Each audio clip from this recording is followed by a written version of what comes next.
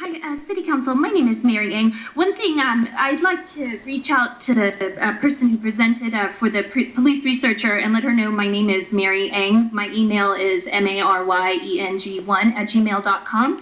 And I created a blog, Justice for Benjamin Pickering, and that's spelled BENJAMEN, pickeringnormal.blogspot.com. And that detailed a lot of my role as a friend and advocate, where I had numerous interactions with behavioral health unit, as well as issues with whether or not Project Respond would be dispatched. But on a positive note, I want to say that Dinah Brooks she's just amazing. I think we need like 100 of her maybe. She seems like she has a lot on her shoulders right now.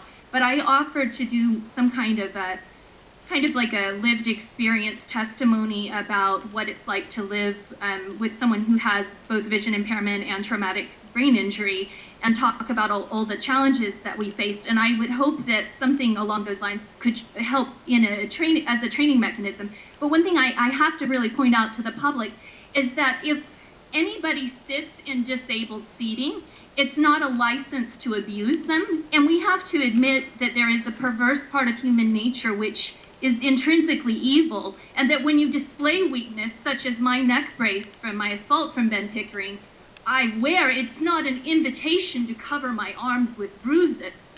Because the last thing a person like me needs, who's been working pro bono 24 hours a day for 3 solid years, running myself to death, is a little police brutality, the icing on the cake of these incredible momentous experiences that are really going to propel us to a better future, because we do believe that the Americans with Disabilities Act is worth defending, and we do believe that people deserve a chance, whether their disabilities are visible or invisible. And so that handicapped seating needs to be respected. And that violation against disabled people who are willing to say, I have a disability, we should not be then punitized, punished, arrested, brutalized, assaulted. The district attorney is starting to catch on what's going on, that not only are we violating the technicalities with Tom Steenson, with the COAB mechanism, we are violating the settlement agreement in the chambers.